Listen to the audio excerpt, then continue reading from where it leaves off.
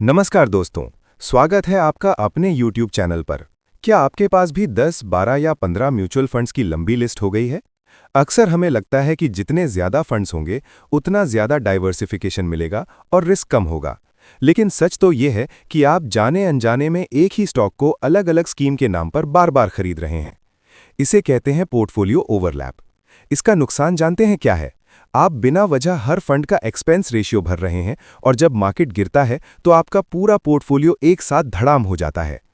बहुत ज़्यादा mutual fund रखने का मतलब बेहतर डाइवर्सिफिकेशन नहीं है। इसका मतलब अक्सर अलग-अलग एमएफ स्कीम के जरिए एक ही स्टॉक में इन्वेस्ट करना होता है। लेकिन घबराइए मत, आज के वीडियो में मैं आपको बताऊंगा कि कैसे आप बिना भारी टैक्स दिए और बिना एग्जिट लोड का नुकसान उठाए अपने पोर्टफोलियो की सफाई कर सकते हैं। हम दो ऐसे जादुई तरीकों के बारे में बात करेंगे जिससे आप खुद अपना पोर्टफोलियो चेक कर पाएंगे। तो चलिए अपने पैसे को स्मार्ट तरीके से मैनेज करना सीखते हैं। शुरू करते हैं आज का खास वीडियो। म्यूचुअल फंड निवेश के सबसे पॉपुलर तरीकों में से एक है। इसकी वजह यह है कि इनमें निवेश करना आसान होता है। इतना ही नहीं, इसमें निवेश की कई स्ट्रैटेजी के ऑप्शन भी मिलते हैं। डाइवर्सिफिकेशन की वजह से रिलेटिव सेफ्टी मिलती है और अलग-अलग सेक्टर और एसेट क्लास में से चुनाव का ऑप्शन भी होता है। ऐसे में बहुत से निवेशकों के पोर्टफोलियो में बहुत ज़्यादा म्यूचुअल फंड हो जाते हैं। वैसे भी कभी-कभी रीबैलेंस करने की वजह से बहुत ज़्यादा म्यूचुअल फंड स्कीम की बाढ़ आ जाती है। वहीं एनएफओस को जोड़ने से भी पोर्टफोलियो में स्कीम्स बढ़ जाती हैं। पोर्टफोलियो ओवरलैप से लगता है झटका। कई बार निवेशक क्वांटिटी को ही क्वालिटी समझ लेते हैं, जिससे उनके पास ओवर इन्वेस्टेड ओवरलैपिंग पोर्टफोलियो बन जाता है। इससे छिपे हुए खर्च इतना ज़्यादा बढ़ जाते हैं कि रिटर्न कम हो जाता है। ऐसे में निवेशकों को कई तरह से नुकसान झेलना पड़ता है। कभी कॉमन स्टॉक्स में गिरावट आती है तो एक साथ पूरा पोर्टफोलियो धड़ाम हो जाता है, जिससे डाइवर्सिफिकेशन का मतलब ही पूरी तरह से खत्म हो जाता है। हर म्यूचुअल फंड में एक्सपेंस रेशियो चार्ज लगता है, इसलिए जब कई फंड एक ही स्टॉक रखते हैं तो इन्वेस्टर्स को एक जैसे एक्सपोजर के लिए कई तरह की मैनेजमेंट फीस देनी पड़ती हैं। वहीं लॉन्ग टर्म में निवेश कम हो जाता है। ऐसे में डुप्लीकेशन के कारण पोर्टफोलियो लेवल की लागत बहुत ज़्यादा हो सकती है। इस समस्या से निपटने के लिए ओवरलैपिंग स्कीमों को मिलाकर पोर्टफोलियो को आसान बनाने से कुल लागत कम होती है। कुल मिलाकर रिस्क प्रोफाइल में बदलाव किए बिना नेट रिटर्न बेहतर किया जा सकता है। कैसे पता करें पोर्टफोलियो ओवरलैप है? नंबर 1, फैक्ट शीट से पहचानें ओवरलैप। अपने म्यूचुअल फंड की मंथली फैक्ट शीट देखकर आप ओवरलैप की पहचान कर सकते हैं। इसमें आपको टॉप होल्डिंग सेक्शन देखना होगा। अगर आपको हर जगह रिलायंस इंडस्ट्रीज, एचडीएफसी बैंक या इन्फोसिस जैसे एक ही नाम दिखते हैं तो ये एक रेड फ्लैग है।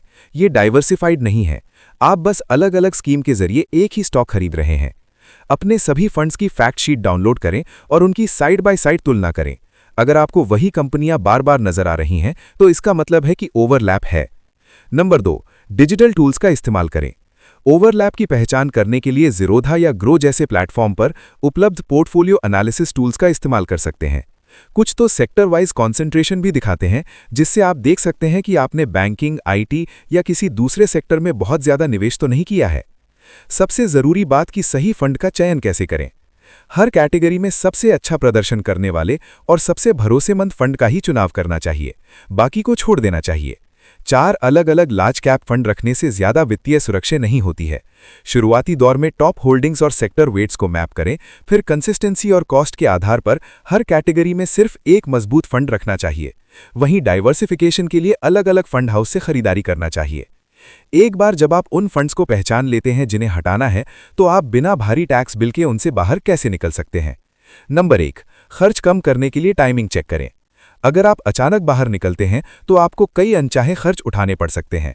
इसलिए बाहर निकलने का फैसला करने से पहले ये देखना जरूरी है कि आपको सिर्फ बाहर निकलने के समय की वजह से कितना खर्च करना पड़ेगा। सबसे पहले एग्जिट लोड के बारे में पता करें। कई म्यूचुअल फंड अगर आप 1 साल के अंदर इन्वेस्टमेंट से बाहर निकलते हैं तो 1% तक एग्जिट लोड चार्ज करते हैं। अगर हो सके तो पूरा करना बेहतर है। टैक्सेशन के नजरिए से टाइमिंग भी बहुत जरूरी है।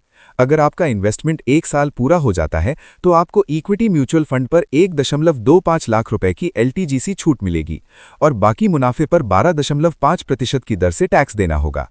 वहीं अगर समय से एग्जिट करते हैं तो आपको 20% का बहुत ज्यादा एसटीजीसी टैक्स देना पड़ेगा। इसलिए थोड़ा इंतजार करने से आप बड़ी बचत कर सकते हैं।